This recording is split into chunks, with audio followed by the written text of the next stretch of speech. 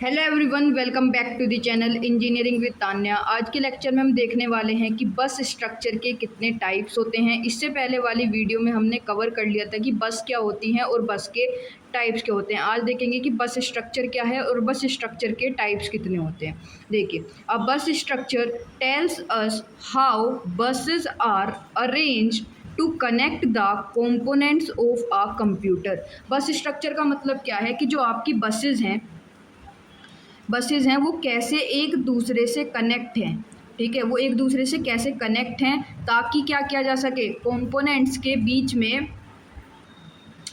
Hello everyone, welcome back to the channel engineering with Tanya. इससे पहले वाली वीडियो में हमने कवर कर लिया था कि हमारी बसेस क्या होती हैं और बसेस के टाइप्स क्या होते हैं।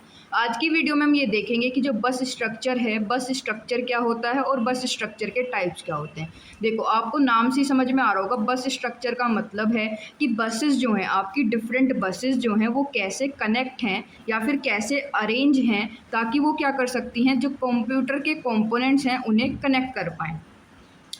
Hello everyone, welcome back to the channel engineering with Tanya. इससे पहले वाली वीडियो में हमने कवर कर लिया था कि बस क्या होती हैं और बसेस के टाइप्स क्या होते हैं। आज हम ये देखने वाले हैं कि बस स्ट्रक्चर क्या होता है और बस स्ट्रक्चर के टाइप्स क्या हैं। देखिए, अब bus structure tells us how buses are arrange to connect the components of a computer. अब मैंने आपको डिफरेंट बसेस बताई थी, जैसे कि आपकी एड्रेस बस होती है, ठीक है, आपकी डेटा बस होती है, आपकी कंट्रोल बस होती है। तो बस स्ट्रक्चर का मतलब क्या है कि जो ये डिफरेंट बसेस हैं ये कैसे अरेंज्ड हैं, ठीक है, कैसे अरेंज हैं ताकि ये क्या कर सके, डिफरेंट कंपोनेंट्स ऑफ कंप्यूटर्स को कनेक्ट कर सके एक दूसरे के साथ। ये मैंने आपको अपनी पहली वाली वीडियो में बता दिया था कि बसेस क्या करती हैं। बसेस कंप्यूटर के डिफरेंट कंपोनेंट्स को एक दूसरे से कनेक्ट करती हैं। तो सिंपल सा बस स्ट्रक्चर का मतलब है कि आपकी जो डिफरेंट बसेज हैं वो एक दूसरे मतलब कि कैसे अरेंज्ड हैं। ठीक है, अब देखिए, बस स्ट्रक्चर के दो टाइप्स होते हैं। पहला होता है सिंगल बस स्ट्रक्चर और दूसरा होता है मल्टीपल बस स्ट्रक्चर। इन्हें वन बाय वन हम समझ लेते हैं क्या होते हैं ये।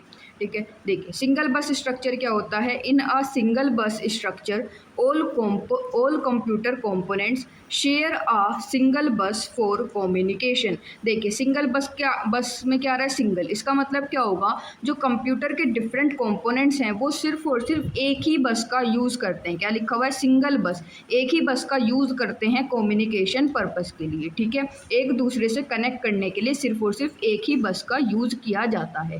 ठीक है, तो वो होता है सिंगल बस स्ट्रक्चर। देखिए, अब एग्जाम्पल से imagine there is only one road in a city. Suppose करके चलिए एक सिटी है, वहाँ पे सिर्फ और सिर्फ अभी क्या है, एक ही रोड है, यानी वन वे। कहते हैं ना वन वे का मतलब है गाड़ियाँ आ भी इसी रोड से रही हैं और जा भी इसी रोड से रही हैं, उसे कहा जाता है वन वे। ठीक है, cars, bikes, buses, trucks etcetera runs on the same road, यानी कि जितने भी व्हीकल्स हैं वो उसी रोड से आ रहे हैं और उसी रोड से जा रहे हैं। ठीक है, due to which traffic occurs. अब भाई सीधी सी बात है, अगर एक ही रोड है और उस पे से व्हीकल्स जा भी रहे हैं और आ भी रहे हैं तो ट्रैफिक तो ऑटोमेटिकली अकर हो गई। ठीक है, ट्रैफिक तो बढ़ेगा ही उस प्लेस पे, उस रोड पे। ठीक है, सिमिलरली इन अ कंप्यूटर, ऐसी हमारे कंप्यूटर के साथ होता है। जो सीपीयू है, मेमोरी यूनिट है, इनपुट आउटपुट डिवाइसेस हैं, ये क्या यूज़ कर रहे हैं, सेम बस यूज़ कर रहे हैं। ऑल यूजेज द सेम बस। आप यहाँ पे सिंगल बस भी लिख सकते हो कि ये सिर्फ और सिर्फ एक ही बस का यूज़ कर रहे हैं कम्युनिकेशन पर्पस के लिए। ठीक है, तो यहाँ भी क्या होगा, कंजेशन होगा, ट्रैफिक क्या होगा, अकर होगा। ठीक है, अब देखिए इसकी एडवांटेजेस क्या हैं। जो आपका सिंगल बस स्ट्रक्चर है, इसकी एक तो एडवांटेज ये हो गई कि simple design, easy to use है, सिंपल डिज़ाइन है, इजी टू अंडरस्टैंड है। ठीक है, ईजिली समझा जा सकता है। और भाई अगर आपके पास सपोज़ करो एक ही रोड है, ये रोड का एग्जांपल ले रहे हैं, इससे व्हीकल आ रही जा रही हैं, तो इस रोड को बनाने में भी क्या लगेगी, कॉस्ट कम लगेगी। वैसे क्या है, जो आपका अगर कंप्यूटर के कंपोनेंट्स एक ही बस को यूज़ कर रहे हैं तो यहाँ पे भी कॉस्ट क्या आएगी, आपकी लो कॉस्ट आएगी। तो ये दो आपकी हो गई एडवांटेजेस। अब इसकी कुछ डिसएडवांटेजेस भी हैं भाई। अगर प्रोज हैं तो उसके कॉन्स भी होंगे, तो डिसएडवांटेजेस देख लेते हैं। देखिए, डिसएडवांटेजेस क्या है। एक तो स्लो कम्युनिकेशन। भाई अगर आप सिंगल बस का यूज़ कर रहे हो, एक मिनट, अगर आप सिंगल बस का यूज़ कर रहे हो, सेम बस का यूज़ कर रहे हैं डिफरेंट कंपोनेंट, तो क्या होगा, स्लो कम्युनिकेशन होगा नहीं होगा? बिल्कुल होगा मैम, क्योंकि एक ही बस है हमारे पास। तो पहली डिसएडवांटेज क्या है, स्लो कम्युनिकेशन।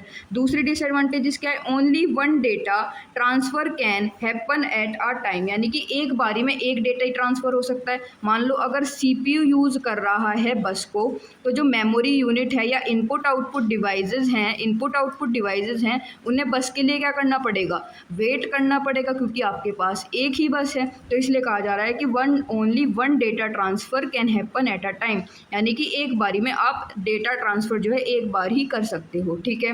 और ये मैंने आपको बता दिया कि ट्रैफिक यहाँ पे अकर होगा, ठीक है। तो ये आपका ख़त्म हुआ सिंगल बस स्ट्रक्चर, ठीक है जी। अब देखिए सिंगल बस स्ट्रक्चर अगर आपके एग्ज़ाम में आता है तो ये डायग्राम आप बना के आ सकते हो। देखिए ये क्या है, आपकी इनपुट डिवाइसेस, ये आपके आउटपुट डिवाइसेस हैं, ये आपकी मेमोरी यूनिट है, ये आपका प्रोसेसर है, या फिर आप यहाँ पे सीपीयू भी लिख सकते हो। कॉमनली हम सीपीयू को प्रोसेसर ही कहते हैं, ठीक है। अब देखिए यहाँ पे क्या है, सिर्फ और सिर्फ सिंगल बस है, यानी कि एक ही बस का यूज़ हो रहा है। ये हमारी क्या है, बस है। तो देख लीजिए आप डिफरेंट कंपोनेंट जैसे इनपुट है, आउटपुट है, मेमोरी है, प्रोसेसर है, ये सिर्फ और सिर्फ एक ही बस को यूज़ कर रहे हैं, इसलिए हम इसे कहते हैं सिंगल बस स्ट्रक्चर। ये क्या है, आपकी बस है, ठीक है जी। आई होप आपको समझ में आ गया होगा। अब हमारा दूसरा टाइप बचता है, that is multiple bus structure. अब आपको नाम से ही समझ में आ रहा होगा मल्टीपल बस, यानी कि यहाँ पहले वाले में क्या था, सिंगल बस थी, लेकिन यहाँ पे क्या होंगे, मल्टीपल बस होंगी, यानी कि एक से ज़्यादा बस होंगी, ठीक है। मल्टीपल बसेस होंगी यहाँ पे, ठीक है। पढ़ लेते हैं definition. In a multiple bus structure, two or more buses are used for communication between computer component.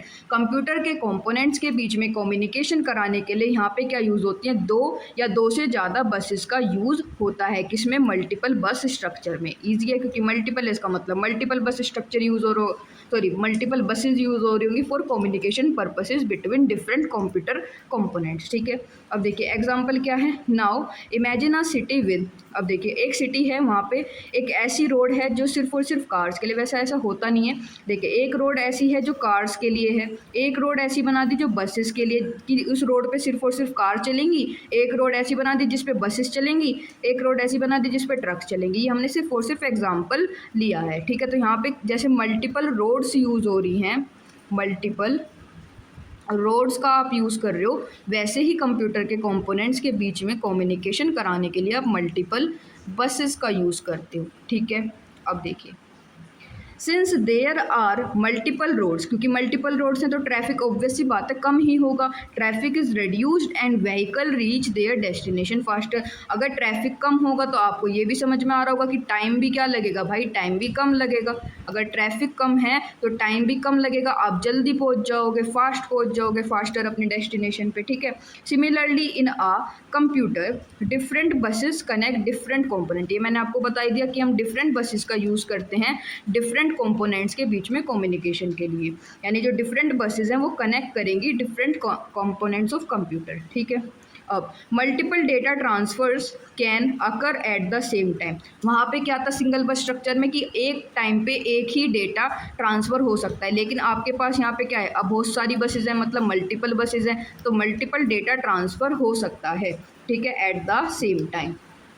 अब इसकी भी एडवांटेजेस देख लेते हैं भाई। एडवांटेजेस मैंने आपको बताई कि यहाँ पे ट्रैफिक कम होगा, ट्रैफिक कम होगा तो टाइम भी कम लगेगा मैम, टाइम कम लगेगा तो फास्टर कम्युनिकेशन होगी, क्या लगेगी, फास्टर कम्युनिकेशन, रिड्यूस ट्रैफिक और बेटर परफॉर्मेंस तो होगी, ठीक है। डिसएडवांटेजेस भी होंगी कुछ भाई, ये देखो मोर एक्सपेंसिव है, वो क्या थी, लो कॉस्ट थी, वो लो कॉस्टली थी, लेकिन ये क्या होगी, मोर एक्सपेंसिव, क्योंकि भाई इसमें आप मल्टीपल बसेस का यूज़ कर रहे हो तो ऑब्वियस सी बात है मोर एक्सपेंसिव तो होगी, ज़्यादा पैसा तो लगेगा ही, और कॉम्प्लेक्स डिज़ाइन भी होगा, ठीक है। इसका भी स्ट्रक्चर देख लेते हैं एक बार, अगर आपके एग्जाम में आ जाता है तो बना के आना। देखिए ये आपकी इनपुट है, इनपुट डिवाइसेस, आउटपुट डिवाइसेस। अब देखिए जो ये इनपुट डिवाइसेस हैं और आउटपुट डिवाइसेस हैं, इनके लिए आपने कौन सी बस यूज़ कर ली, एक मिनट सॉरी, ये वाली बस आपने यूज़ कर ली है, ये वाली बस। तो ये कौन सी बस होगी, इनपुट आउटपुट बस। तो इनपुट आउटपुट डिवाइसेस के लिए एक बस हो गई ना, होगी कौन सी, इनपुट आउटपुट बस, ठीक है।